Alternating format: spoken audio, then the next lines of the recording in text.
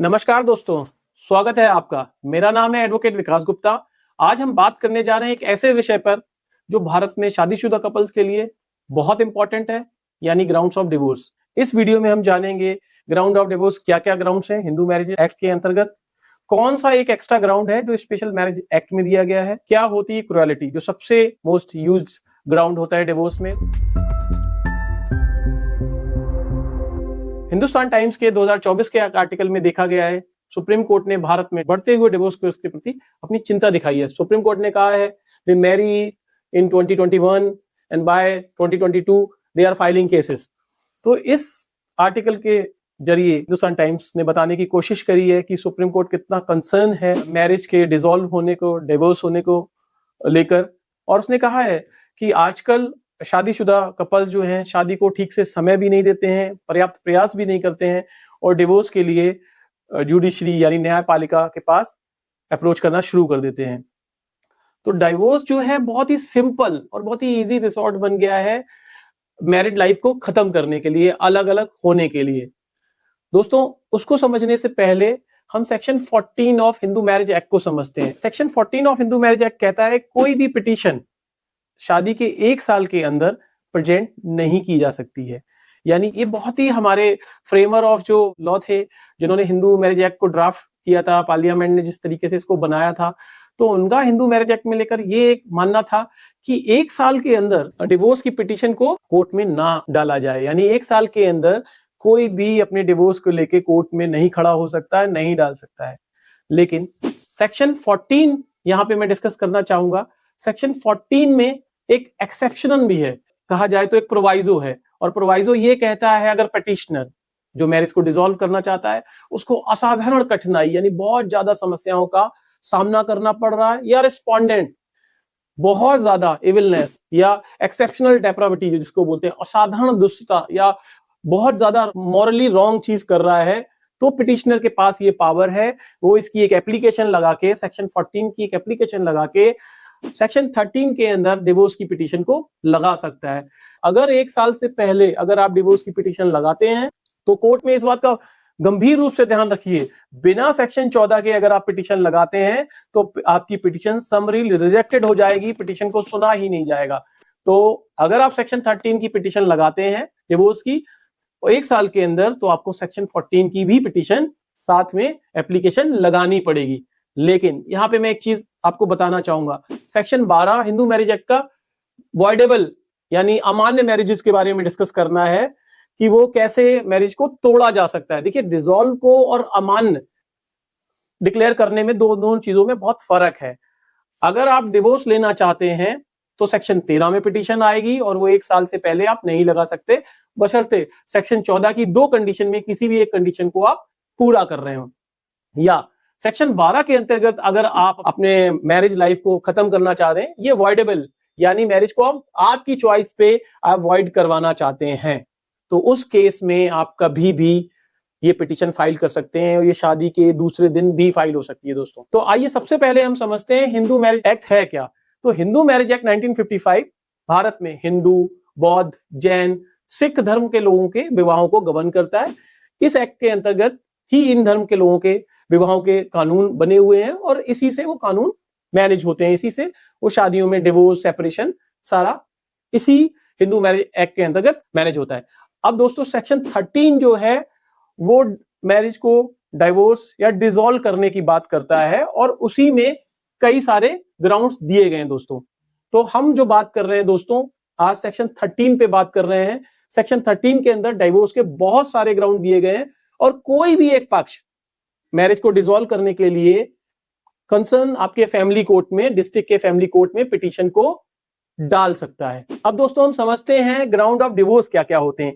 एक एक करके हम सारे सेक्शन 13 हिंदू मैरिज एक्ट के अंदर जो ग्राउंड है वो डिस्कस करते हैं। तो सबसे पहला ग्राउंड है एडल्ट्री, यानी पति या पत्नी में से कोई भी एक इंसान का अगर एक्स्ट्रा मैरिटल अफेयर है तो दूसरा पार्टनर एडल्ट्री के ग्राउंड पे डिवोर्स की पिटीशन डाल सकता है और ये सबसे पहला और वैध ग्राउंड है। दोस्तों, एडल्ट्री में मैं आपको बताना चाहूं 2 महत्वपूर्ण शर्तें होती हैं। पहला, रिस्पोंडेंट का सेक्सुअल इंटरकोर्स होना चाहिए आउटसाइड ऑफ द मैरिज, यानी पति या पत्नी में से किसी भी एक का शादी से बाहर सेक्सुअल इंटरकोर्स होना चाहिए और वो इंटरकोर्स वॉलंटरी यानी सहमति से होना चाहिए, तभी पिटिशनर पिटिशन डाल सकता है डिवोर्स की।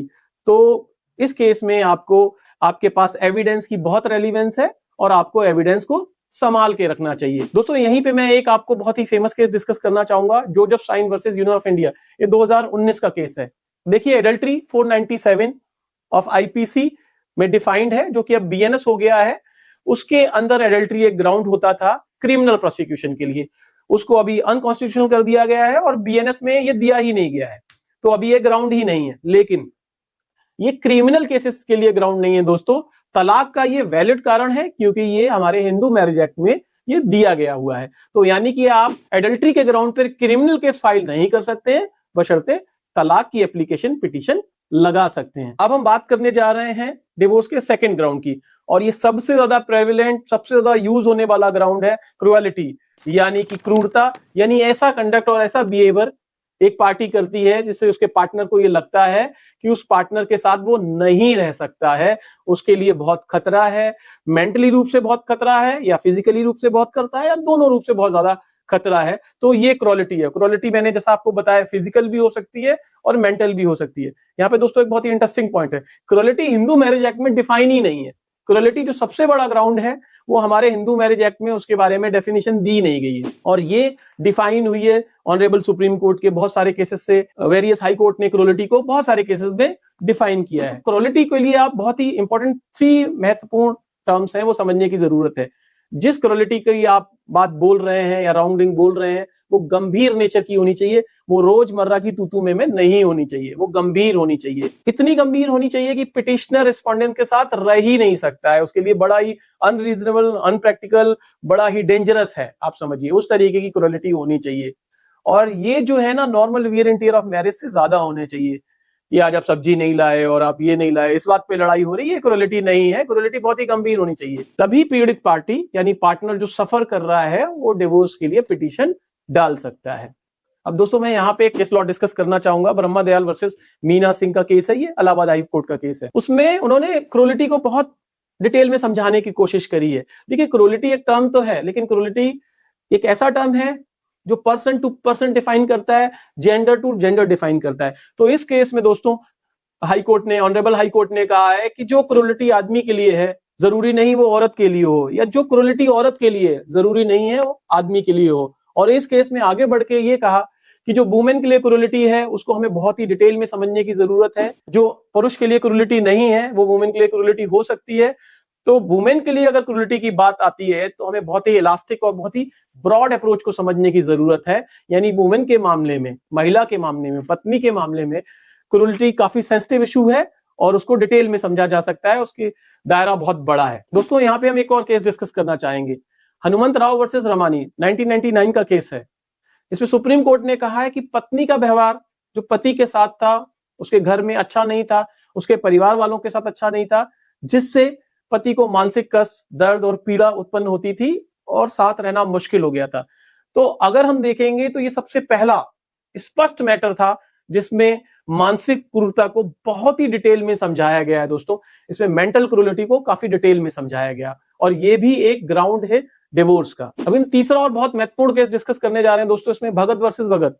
इसमें वाइफ ने अपने रिटन स्टेटमेंट में हस्बैंड को बोला कि वो मेंटल प्रॉब्लम से सफर कर रहे हैं, वो मेंटली ठीक नहीं है, इस तरीके के लिखित में आरोप लगाए, कोर्ट में आरोप लगाए। ऑनरेबल कोर्ट ने माना कि ये सीरियस आरोप है और ये हस्बैंड के खिलाफ क्रूरलिटी को कॉन्स्टिट्यूट करते हैं, और इस बिना पे ये माना जा सकता है कि पति के साथ क्रूरलिटी हुई है। और जो सेक्शन 13 में हम क्रूरलिटी ग्राउंड का डिस्कस कर रहे हैं, ये बहुत ही वैलिड ग्राउंड है और इस बिना पे डिवोर्स दिया जा सकता है। दोस्तों हम तीसरा पॉइंट डिस्कस करने जा रहे हैं, वो है डिजर्शन। अगर कोई भी पति या पत्नी में से एक इंसान 2 साल से ज्यादा पार्टनर को छोड़ देता है और वापस लौटने का कोई इरादा नहीं रखता है, तो ये ग्राउंड है और इसमें आप डिवोर्स ले सकते हैं। यहाँ पे हम एक केस डिस्कस करना चाहेंगे, विपिन चंद्रा वर्सेस प्रभावती। इस केस में कोर्ट ने समझाने की कोशिश करी है, अगर पिटिशनर रिस्पोंडेंट को डिजर्शन का दोषी ठहरा रहा है और कह रहा है कि रिस्पोंडेंट ने उसको छोड़ दिया है, तो ये ड्यूटी जो है, ये जिम्मेदारी पिटिशनर की है, वो ये साबित करे कि रिस्पोंडेंट ने बिना किसी कारण बेवजह उसको छोड़ दिया है।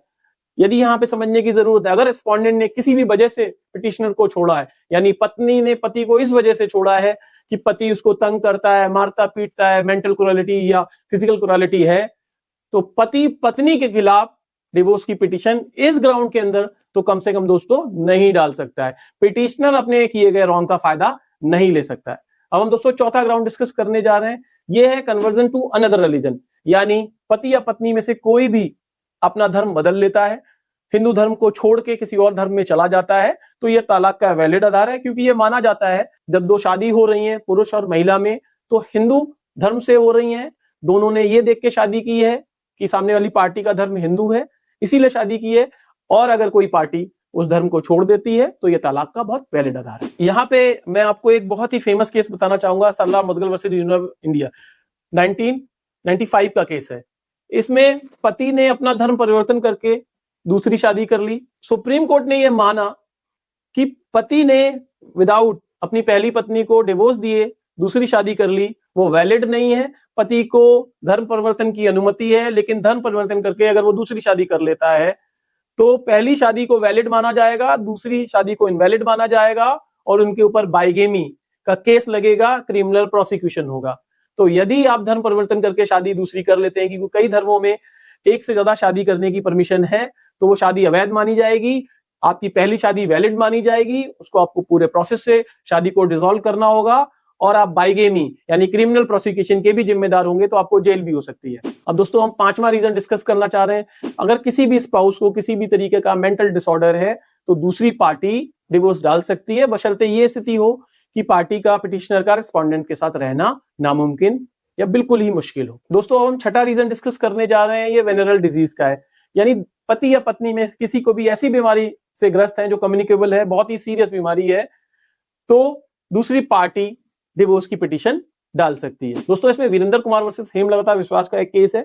इसमें कलकत्ता हाई कोर्ट ने पति को तलाक दे दिया क्योंकि उसने माना उनकी पत्नी इनक्यूरेबल सिफिलिसिस से पीड़ित थी और ये शादी के समय डिस्क्लोज भी नहीं की गई थी, तो ये ग्राउंड भी दोस्तों डिवोर्स का कारण हो सकता है। दोस्तों अब मैं बहुत ही इंपॉर्टेंट सातवां बहुत ही इंपॉर्टेंट रीजन डिस्कस करने जा रहा हूं, रेनुंसिएशन ऑफ वर्ड, यानी पति या पत्नी में से कोई भी किसी भी रिलीजियस सेक्ट को ज्वाइन कर लेते हैं, किसी भी रिलीजियस एक्टिविटी में चले जाते हैं, अलग रहने लगते हैं या रिलीजियस एक्टिविटी में बहुत ज्यादा इन्वॉल्व हो जाते हैं और सन्यासी तरीके से बन जाते हैं, तो इस स्थिति में दूसरा पार्टनर केस फाइल कर सकता है और डिवोर्स ले सकता है। क्योंकि आप ये समझ के चलिए, जब एक पार्टनर ने किसी भी तरीके का रिलीजियस सेक्ट ज्वाइन कर लिया है तो दूसरे पार्टनर के लिए उसके साथ रहना बड़ा ही दोस्तों कठिन हो जाता है, तो ये बहुत ही वैलिड ग्राउंड है। यहाँ पे मैं एक बहुत इंपॉर्टेंट केस बताना चाहूंगा, शीतलदास वर्सेस संतराम 1954 का केस है। सुप्रीम कोर्ट ने माना कि दुनिया से अगर आप संन्यास ले लेते हैं, किसी धार्मिक आदेश या संस्था में शामिल हो जाते हैं, तो ये सिविल डेथ के बराबर है। तो इस केस में माना गया अगर कोई व्यक्ति दुनिया से संन्यास ले लेता है और अपनी वैवाहिक जिम्मेदारी से भाग जाता है तो ये तलाक का बहुत ही वैलिड आधार है। दोस्तों हम डिस्कस करने जा रहे हैं आठवां और आखिरी ग्राउंड जो हिंदू मैरिज एक्ट में दिया गया है। अगर पति और पत्नी में से कोई भी पार्टी 7 साल तक के उसके बारे में पता नहीं चलता है, उसके बारे में कोई प्रमाण नहीं होता है, तो पिटिशनर फैमिली कोर्ट में पिटिशन दाखिल करके डिवोर्स की पिटिशन डाल सकता है। यह स्थिति जब आती है जब 7 साल तक आपको अपनी पति या पत्नी के बारे में पता नहीं चलता है और यह माना जाता है कि वो मृत हो चुके हैं। अब हम बात करते हैं ground of divorce under special marriage act 1954 के बारे में। स्पेशल मैरिज एक्ट एक कानूनी ढांचा प्रदान करता है जो किसी भी धर्म के लोग हैं, भिन्न भिन्न धर्म के लोग भी शादी कर सकते हैं, कोई रेस्ट्रिक्शंस नहीं होती है। याद रखिए, हिंदू मैरिज एक्ट के अंतर्गत सिर्फ हिंदू ही आपस में शादी कर सकते हैं। अलग धर्म के लोग अगर हिंदू मैरिज एक्ट के अंदर शादी करते हैं तो वो मैरिज वैलिड नहीं होती है, लीगल नहीं होती है। तो स्पेशल मैरिज एक्ट 1954 एक ऐसा प्रावधान है जिसमें अलग अलग धर्म के लोग आपस में शादी कर सकते हैं और वो वैलिड मैरिज होती है। तो अब हम बात करते हैं section 27 of special marriage act में, जिसमें डिवोर्स यानी तलाक का प्रावधान दिया गया। देखिए 8 प्रावधान जो हिंदू मैरिज एक्ट में दिए गए हैं वो कॉमन है स्पेशल मैरिज एक्ट में, बट एक प्रावधान अलग है जो section 27 of special marriage act में डिफाइन किया गया है। अगर कोई भी पार्टनर समझिए उसको 7 साल या उससे ज्यादा की सजा के लिए दोषी पाया जाता है, जेल हो जाती है, तो दूसरा पार्टनर डिवोर्स की पिटीशन डाल सकता है। तो ये एक एक्स्ट्रा ग्राउंड है दोस्तों स्पेशल मैरिज एक्ट में, जिससे डिवोर्स का ग्राउंड मिलता है। दोस्तों तो इस वीडियो में हमने बात करी है ग्राउंड ऑफ डिवोर्स की, क्या क्या ग्राउंड्स होते हैं। उम्मीद है आपको ये वीडियो अच्छा लगा होगा, इसके बारे में आपको जानकारी समझ में आई होगी। देखिए जनरल नॉलेज है आपकी। आजकल के दौर में लीगली थोड़ा बहुत अवेयर होना सबके लिए बहुत जरूरी है। सबको अपने राइट्स और ड्यूटी के बारे में समझना है और जानकारी होना बहुत जरूरी है। तो दोस्तों अगर ये वीडियो आपको अच्छा लगा है तो कमेंट सेक्शन में हमें जरूर बताएं। अगर आप कोई और जानकारी चाहते हैं तो हमें कमेंट करें। हमारे लिए काफी मुश्किल होता है सभी कमेंटों पे जवाब देना या रिप्लाई करना। हमारे पास बहुत सारी मेल्स आती हैं। आप team@legalcommentary.in पर मेल कर सकते हैं। हम कोशिश करेंगे आपकी क्वेरी को जवाब दें। आप हमारा व्हाट्सएप नंबर भी देख सकते हैं, लिंक में दिया गया है, उस पर आप हमें मैसेज कर सकते हैं। हम कोशिश करेंगे आपकी क्वेरी को सॉल्व करें, आपको हम जवाब दें। इस टॉपिक पे हमने डिटेल रिपोर्ट अपनी वेबसाइट पे डाली है, www.legalcommentary.in पे देख सकते हैं। सारे केस लॉ, स्टैट्यूट, हम सारी डिटेल रिपोर्ट डालते हैं क्योंकि वीडियो में सारा कुछ बनाना पॉसिबल नहीं होता है। आप उसको देख सकते हैं और समझ सकते हैं। चलिए फिर मिलेंगे अगले टॉपिक के साथ। नमस्कार।